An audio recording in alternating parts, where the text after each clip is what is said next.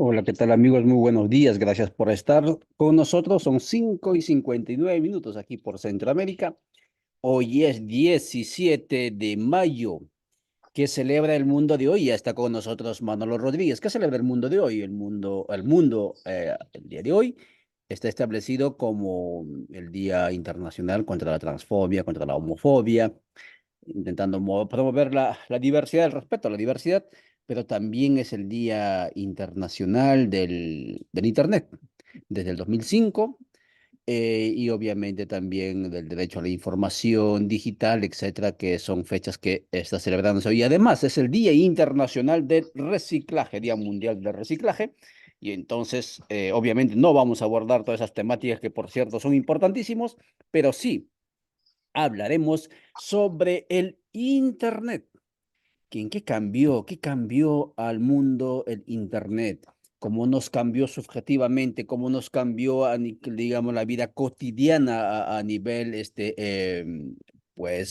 tangible, a nivel material, etcétera?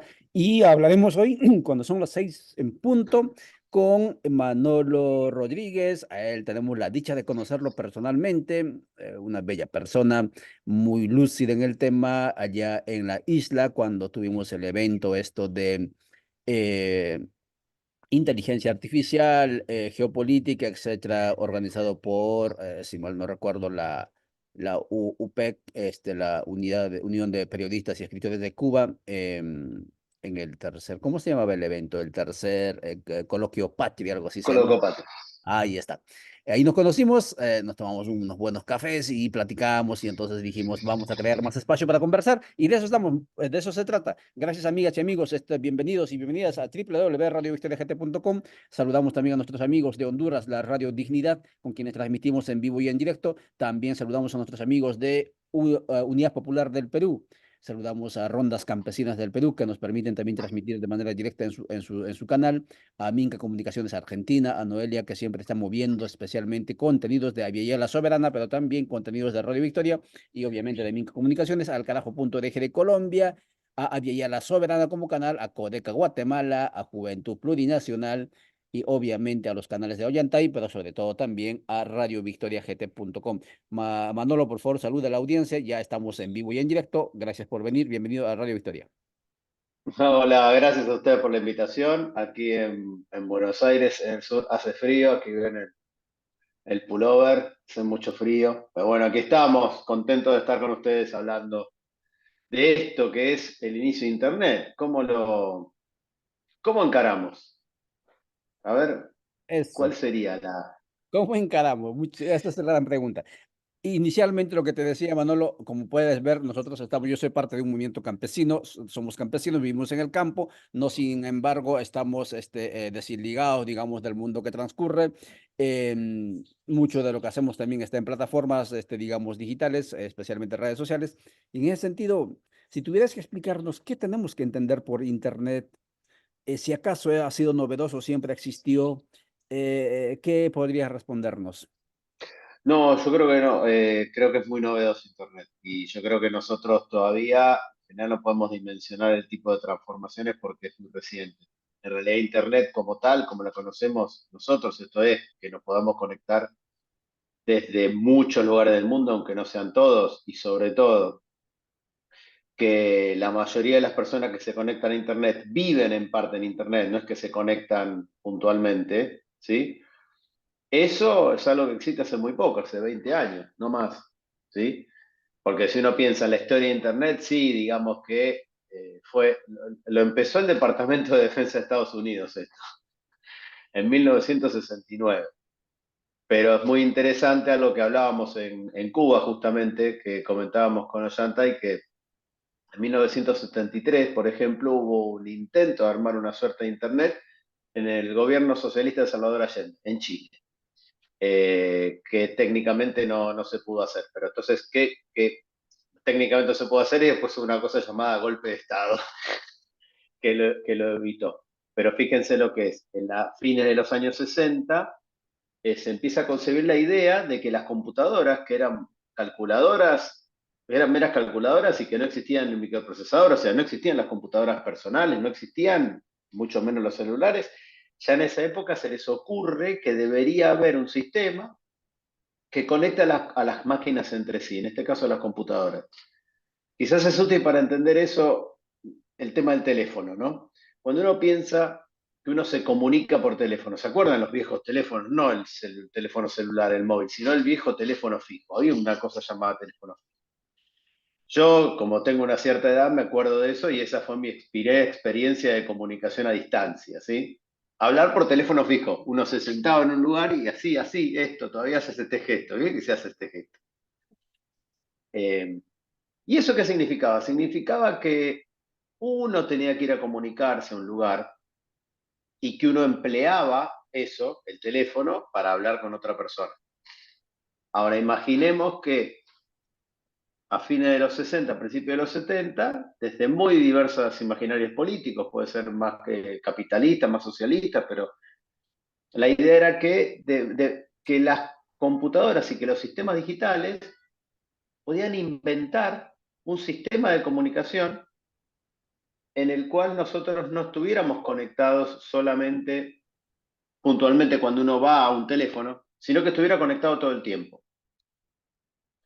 Que era una idea impracticable en ese momento, porque obviamente no existía ni siquiera la infraestructura, esto es, los cables, los satélites, o sea, todo lo que hace posible que haya señal no existía, sin embargo ya existía como pensamiento. Y de hecho en la década del 70 hay un montón de proyectos de sociedades y de lo que se llamaba sociedad de la información que tenía que ver con eso. ¿Con qué? Con decir, bueno, ¿cómo vamos a diseñar la red? ¿Cómo vamos a diseñar una red de comunicaciones? Todo esto que les estoy contando no existe todavía la computadora, ¿sí? Como la conocemos hoy. Sin embargo, se estaba pensando en eso. Pero lo que pasó en los años 2000, o sea, hace bastante poco tiempo, uno podría decir en realidad década del 90, en la década del 90 aparece esta cuestión del Internet comercial, que quiere decir que esta red que conecta computadoras no iba a estar manejada solamente por un par de universidades o un par de instituciones, básicamente instituciones de política y de defensa de Estados Unidos, recordémoslo, la primera versión de Internet fue organizada por el Departamento de Defensa de Estados Unidos, se abre a la operación comercial. Esto es, cualquier empresa que quisiera poner sus avisos o algo en Internet lo podía hacer así como lo hacía en un diario, así como lo hacía en la televisión. Y ahí empieza a andar Internet, fuerte, ¿sí? ¿Se acuerdan los primeros mails, la historia de los mails, ¿no? Que ya se dejan de usar prácticamente? Pero bueno, los mails empiezan a aparecer ahí. Existía de antes. ¿Qué era Internet desde la década, desde el 70 hasta el 1995? Internet era solamente sistemas donde gente puntualmente se conectaba con unos mensajitos, eh, pero no existía mail para todo el mundo ni nada por el estilo. Y ahí sí, ahí empieza un cambio que en los años 2000, 2002, 2003, aparece el modelo Google, aparece Google, ¿sí? Como símbolo de Internet, y ahí cambia de escala. Entonces, ¿qué es lo que cambia? El cambio de escala, para ir un poco a responder a esta cuestión de que cambia Internet, es que empieza a ver lo que podríamos llamar la conectividad global. El hecho de que o sea, no es que uno tiene que ir a una terminal a comunicarse, sino que empieza a aparecer la idea de la malla del mundo, ¿no? Como estábamos recién en la imagen que nos presentaba recién. El mundo rodeado de una malla, donde en realidad ya uno no se va a conectar, ¿no? Como cuando uno va y enchufa algo, ¿no? Sino que más bien uno entra o sale de áreas de cobertura. Claro, eso. Más bien uno sale y entra a áreas de cobertura. Entonces, ahí es otra cosa, porque ya lo que creo que pasa es que Internet se empieza a transformar en nuestro entorno. Y esto me parece muy importante. Ya no es solamente que uno hace un acto de comunicarse consciente, esto es, voy a un lugar para comunicarme, sino que directamente ya estamos comunicados, ¿sí? Estamos conectados. Y en ese sentido es donde empieza esta cuestión de, bueno, ya que estamos conectados, empezar a meter un montón de servicios, en el caso más crasamente capitalista, pero si no, después cualquier tipo de comunicación que se pueda establecer se establece vía Internet, ¿sí? Entonces ahí ya Internet nos, digamos, en ese sentido transformó toda nuestra vida. Digo, yo lo pienso por la edad, por mi edad, por mi vida, pienso en mí, en lo que, y en la gente que tiene más de cierta edad, y si nosotros vivíamos sin celulares y vivíamos sin teléfonos incluso, sin teléfonos fijos. Entonces, ¿qué puede suponer el hecho de, por ejemplo, de que estemos conectándonos en este momento, ahora? ¿Sí? Entonces, la transformación que supone es gigantesca y, y creo que por ahí todavía estamos en el medio del proceso porque, repito, desde el punto de vista de Internet, posta, ¿en qué momento posta? ¿No? Nosotros aquí en Argentina decimos posta para decir verdaderamente, ¿qué momento realmente uno dice estamos en un entorno comunicado? Y hace 20, 25 años, no más. Y en realidad depende de la conectividad, ¿no? Vos estás justamente en un lugar donde, y en muchos lugares del mundo, todavía no hay conectividad, pero tiende a tiende cada vez a rodearse más la malla, ¿sí? Y además, eh, creo eso, que igual ya uno nos pusimos a vivir en red. Esa sería la cuestión. ¿No? Si uno nos pusimos a vivir en red. Esa Muy sería. bien. Estamos conversando con Pablo Manolo Rodríguez desde Argentina. Él es docente, investigador, especialista en esta materia del mundo digital. Y un contenido, un concepto que nos acaba de incorporar en esta conversada son las 6:11, es esto de habitamos en el Internet, es decir, el Internet como un territorio, como una territorialidad. Y ahí viene la pregunta, Manolo, ¿qué pasa con las poblaciones que siempre hemos vivido, y esto no es victimismo, es una constatación, siempre hemos vivido excluidos de la oficialidad, de la institucionalidad, de la estatalidad? Me refiero a poblaciones, territorios social, cultural, económicamente sumergidos o simplemente despojados, en muchos casos colonizados. En Cuba decías, una de las intervenciones, en tu intervención todavía lo tengo registrado allí, decías, no podemos salirnos del Internet. Pero hay muchos que dicen, entramos un momento, pero tenemos que salirnos porque esto es em, demasiado exigente. O sea, si tú no estás constantemente, si te metiste a generar contenidos y no tienes esa capacidad de la innovación, pero también de la perseverancia y de la persistencia, vas a terminar desapareciendo y por lo tanto, al parecer, el sacrificio que hacemos al entrar es para el fracaso y mejor nos salimos. ¿Es posible salirse de Internet? No, a ver, yo creo que no es posible ni hace falta salir de Internet. Más bien tenemos que pensar distintas formas de habitar Internet. O sea, hoy, por ejemplo, está de moda dos cosas. Si esta charla la hubiéramos tenido hace 10 años, bueno, probablemente el sistema de videoconferencia no hubiera estado tan armado, ¿no? De hecho, la pandemia hizo que aceleraran este proceso. Pero probablemente no hubiéramos hablado ni de redes sociales, ni mucho menos de todo lo que se habló esta semana, por ejemplo, con la cuestión de ChatGPT de la inteligencia artificial. Ahora, cierta lógica de las redes sociales y también de la inteligencia artificial nos exigen lo que vos decís, o sea, esta cuestión de tener que estar todo el tiempo, de que estar en una situación de mostración, de exhibición y de comunicación permanente. Eso es la lógica imperante y es esa lógica la que se impone sobre los pueblos oprimidos. Para mí eso es así, digamos, una cosa es estar en el lugar donde esto se genera, digo, las pautas culturales que se ponen en Internet se inventaron en cierto lugar, no son universales, por más que se crean universales, no lo son, ¿sí? O sea, en general uno podría decir que todo el imaginario cultural de Internet fue generado en Silicon Valley, nada más, ¿sí? Ahora bien, lo que dijimos es que Internet es nuestro entorno. Esta charla la estamos teniendo gracias a Internet. No es que es el único modo de habitar. Internet, el modo impuesto por cierta lógica de las redes sociales o cierta lógica, por ejemplo, de la persecución de las novedades de la inteligencia artificial. Esa es, Ese es el vector principal, eso es lo que genera el negocio, ¿sí? Eso es eso es en lo que se basa justamente las cosas tipo Google, las plataformas. Lo cual no quiere decir que no haya posibilidad de hacer otro tipo de plataformas. Hay una ventaja que tiene muy grande estas tecnologías nuevas, las tecnologías digitales, que es el hecho de que son relativamente flexibles y fáciles de llevar de un lado al otro. ¿A qué me refiero? Si uno dice, bueno, eh, siglo XIX, vamos a poner ferrocarriles en todos lados. Bueno, ferrocarril hay que hacerlo, ¿no?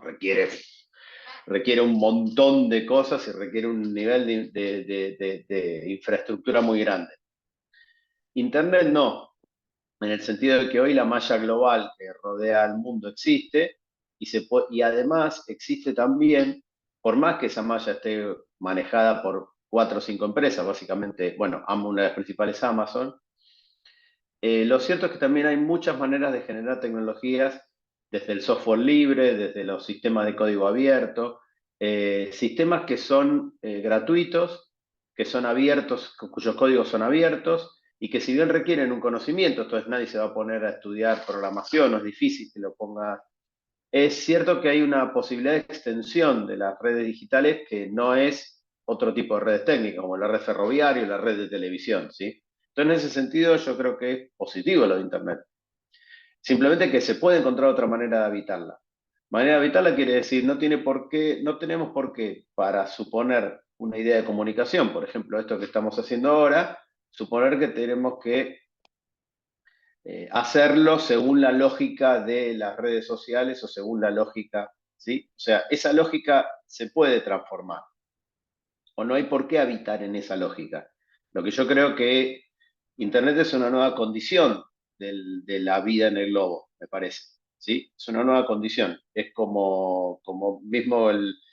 Y esa condición, eh, digamos, en algún sentido, ¿tiene algo del viejo colonialismo? Sí, de la vieja, digamos, del colonialismo, entonces de Europa conquistando el mundo y ahora sería como un poco Estados Unidos conquistando el mundo. Sí, efectivamente, si uno piensa en términos de pueblos y de culturas, hay una idea que se puede plantear así. Sin embargo, tengo la impresión de que es un sistema, repito, más liviano, más flexible. Las tecnologías de información no son tan intensivas en términos materiales, sí son intensivas en términos subjetivos. Esto es de imponer modelos de subjetividad, de modelos de cultura, sí, por supuesto, es la esencia de este sistema.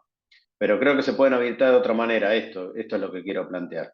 Muy bien, habitar de otra manera el Internet. Importante también ese aporte en esta tertulia. Mañanera son 6:17 minutos, en Argentina son 9:17 minutos, y así va corriendo el tiempo gracias a nuestros amigos y amigas en diferentes canales que nos van sintonizando y los que nos siguen también por YouTube. Y también lo de TikTok, aquí por el teléfono voy transmitiendo por el TikTok a los TikTokeros que nos siguen. Em, Vayamos al tema de la transformación a nivel subjetivo. Yo creo que vienes del área de sociales, pero me imagino que haber trabajado, digamos, esta cuestión de la tecnología digital, etcétera, eh, lo tomaste en consideración. ¿Qué ha cambiado y qué cambia con el Internet a nivel de la subjetividad de las personas según tu concepción, digo, según tu conocimiento, tu percepción, tu trayectoria? Creo que lo primero es algo que una investigadora amiga mía, Flavia Costa, argentina, vecina, vive aquí cerca, dice como el entrenamiento de las personas en exposiciones, digamos, en la exposición. Creo que esa es una primera transformación importante. Esto es, vuelvo a la comparación de teléfono. Cuando uno hablaba por teléfono, con el teléfono fijo, ahí que se, era realmente digamos, era simplemente la reproducción de una charla personal, pero a distancia, ¿sí? Si hablamos por teléfono, yo no te veo, simplemente hablo, reproduzco a través de la voz algunas cosas que obviamente cara a cara, si estamos juntos, no se pueden, digamos, no vivimos, pero de alguna manera es una charla nomás. En cambio, hay algo que cambia mucho con Internet, sobre todo a partir de las redes sociales, ¿sí? Creo que esto es un cambio, las redes sociales suponen un cambio muy grande porque ya la cuestión, para decirlo en términos comunicacionales, no está puesta en el mensaje en sí, en lo que hay para decir en términos de contenido, qué es lo que te quiero comunicar, cuál es el mensaje que quiero dar, sino algo así como el entrenamiento en un montón de capacidades comunicacionales. Manejo de la imagen, edición de texto, todas estas cosas que, por ejemplo, cualquiera que usa cualquier red social lo tiene como a disposición. Entonces es un cambio fundamental. ¿En qué consiste el cambio? En elevar el problema de la comunicación, esto es de cuáles son las competencias comunicativas, al primer plano de la propia comunicación. ¿Sí? Esto es al hecho de que todos tenemos que estar. Había un artista estadounidense llamado Andy Warhol que hablaba de que todo el mundo tiene derecho a sus 5 minutos de fama, decía él, en los décadas del 60. Y hay algo de eso. Hay algo de eso, la promesa de una fama, la promesa de una retribución subjetiva, de la posibilidad de decir algo y que lo vean millones de personas en el mismo instante. Yo creo que ahí hay algo que es muy importante en términos de transformación subjetiva porque nos convierte a todos en actores, por decirlo de algún modo, ¿sí? Actrices y actores. Pero no actrices y actores simplemente como competencia tipo teatro, saber actuar o no actuar, sino también saber interactuar, saber utilizar las herramientas que te dan los sistemas, pero también saber que esas herramientas están completamente sesgadas, ¿no? El ejemplo clásico, el filtro de las fotos. Es decir, en realidad todo el mundo se está sometiendo a una imagen ahí. ¿Por qué necesito un filtro? ¿Por qué no puedo aparecer así como... ¿Por qué? Y bueno, porque en realidad hay algo del orden de la exhibición, hay algo del orden del ir para afuera, ¿no? Ir para afuera. El estar, el estar para afuera, pero en un sentido eh, mucho más, en ese sentido sí, determinado por ciertas reglas comunicativas y no otras. Porque de una manera uno cuando está en una asamblea también está para afuera, ¿no? Cuando uno está en un grupo de discusión también está para afuera. Otra cosa es vivir para afuera. ¿Sí? Vivir todo el tiempo en la condición de la exposición y esperando eso, esperando la retribución, esperando la devolución, esperando que alguien te diga algo. Creo que ese es un cambio en la condición subjetiva muy grande y que obviamente sí tiene que ver con un cambio que efectivamente es puesto desde cierta matriz cultural, digo, más propiamente, digamos, si se quiere, europea, pero mucho más claramente estadounidense, eh, que efectivamente en otros lados nos es ajeno, digamos, en el sentido de que exige adaptarse a eso. Ahí es donde vuelvo a repetir la cuestión de una Internet o de una manera de vivir las redes diferente. No todo proceso de comunicación tiene que tener estas características. Ese es el proceso de comunicación que ha tenido éxito en las redes sociales ahora. No quiere decir que sea el único, ni quiere decir tampoco que el modo de habitar las redes tenga que ser ese. Se pueden generar otras redes también. Eso es lo que quiero decir. Muchas gracias, Manolo. Se puede generar otras redes, se puede habitar de manera diferente, no necesariamente con los cánones establecidos de manera hegemónica, indica Manolo en esta conversada, 6:23 minutos. Hay muchas materias que estás dejando allí, inquietantes, como por ejemplo el tema de hay planteamientos que, por ejemplo, no sé si desde el apego de lo que fue, pero porque ya no estamos en lo que fue, se habla, por ejemplo, de la muerte de las narrativas. Byung-Chul Han, por ejemplo, me imagino que lo revisaste, ¿no? Plantea bastante ello, llamándonos siempre a reflexionar esto de la efusividad, etcétera. Y todo eso, claro, cuando uno lo toma en cuenta, ¿no? Y se da cuenta que esto de la constante innovación, etcétera, va a generar, lo que va haciendo es la ausencia de la sedimentación, de una solidificación, no sé si es el término de solidificación, ¿no? De una tradición, pues por supuesto que sí preocupa, porque si con la posmodernidad ya nuestro conflicto era, ¿no? Pelear para que todo no entrase con signo positivo, ¿no? Y hasta eso fue la lucha, ¿no? Ahora, al parecer que todo eso ya es mucho más grande, incluso la batalla que hay que hacerle frente. No es que estemos diciendo que la tradición tiene que prevalecer y la tradición necesariamente es positiva, ¿no? Esto obviamente hay que modificar, pero por ahí hay varias materias. creo que ese tema lo abordaremos en otro momento y si quieres decir algo sobre al respecto. Lo que quería, y también estás planteando el tema de la gobernanza del Internet, quién decide en Internet. Y eso es otra cuestión que muy poco lo hablamos, ¿no? ICANN, no sé si todavía, ¿no es cierto? Ahí está, y ya lo decías, Silicon Valley, ¿no? Etcétera. Temas que tendríamos que abordarlo como usuarios del Internet, como ciudadanos, no sé si es el término, ¿no? Que si, no sé si también somos ciudadanos, ¿no es cierto? En este mundo digitalizado. ¿Hacia dónde va el Internet? ¿Hacia dónde nos va a llevar? Manolo, vayamos cerrando con esto. Es una excelente pregunta para la cual no tengo una respuesta. Sí, eh, creo que lo que vamos a vivir en los próximo tiempo, pero poquito, ¿no? No sé, es algo así como todo el tema del chat GPT y la inteligencia artificial nos va a llevar a una especie de renovación de la contrastación con los sistemas digitales en términos de máquinas que pueden hacer cosas supuestamente humanas, ¿sí? Creo que ese es el punto. Si usted, esta misma semana se presentó la versión como gratis del ChatGPT 4.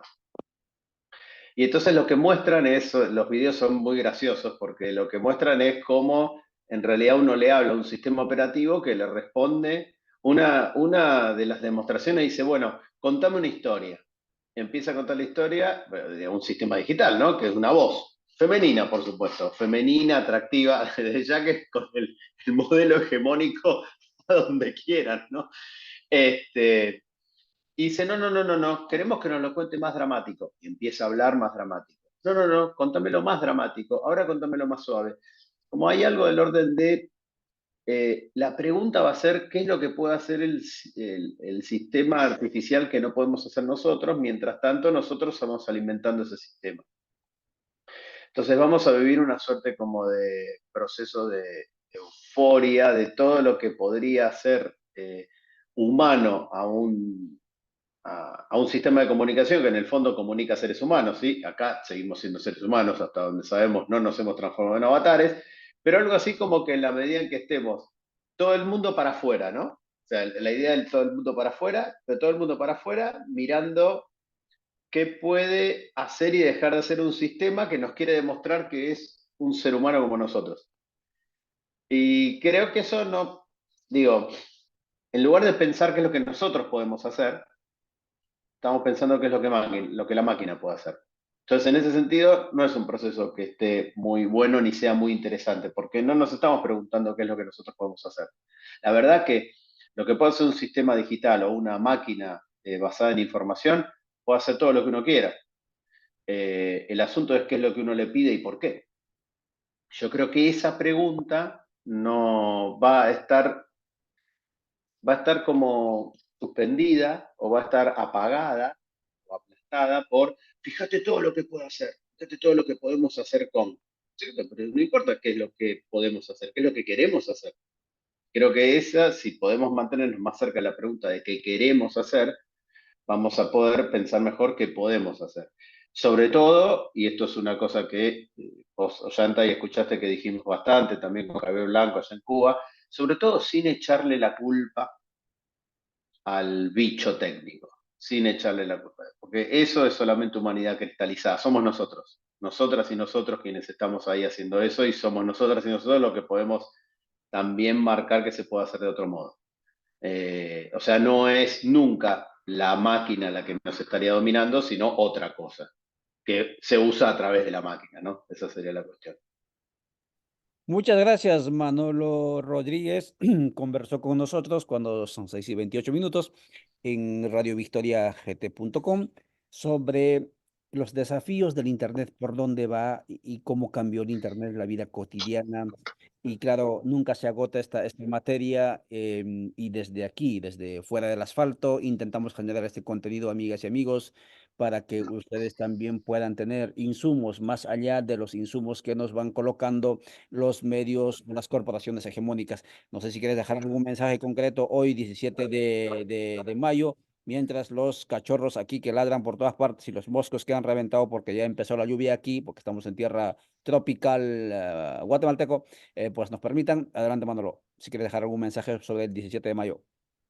No, es que es el mensaje es, podemos armar nuestra propia, no digo internet, pero nuestro propio habitar internet, digamos, que el festejo la- el aniversario es de algo que efectivamente estaba prometido como que iba a cambiar el mundo, así se presentaba, y creo que ciertamente lo cambió, pero el modo en que lo cambia no es algo que esté determinado o que no creo que no tiene que estar determinado por quienes promovieron este tipo de cambios. Por supuesto que sí, el mundo no ha cambiado del todo porque aquí mis vecinos seguimos en las mismas situaciones de carestía, ¿no? Argentina, condiciones básicas se siguen hundiendo muy a pesar que va tecnología por todas partes. Entonces, cuando lo básico, lo elemental, existencial, va de mal en peor, no podemos hablar de cambios por más que tengamos, digamos, aparatos tecnológicos y tengamos internet full en todas partes. Manolo, muchísimas gracias por tu tiempo. Te tomo la palabra, te comprometo ante la audiencia. Abordemos en la próxima quién domina, quién controla, quién manda en Internet. ¿Existe o no existe gobierno, gobernanza de Internet? ¿Desde dónde? ¿Cómo es esto? ¿Habrá? Sí, Por claro supuesto. que sí. Para la próxima. A la próxima. Muchas gracias por tu tiempo. Un abrazo, ¿no? A seguir cuidando la salud y disfruta del mate. Gracias por tu tiempo. Chao, chao. Chau, chau.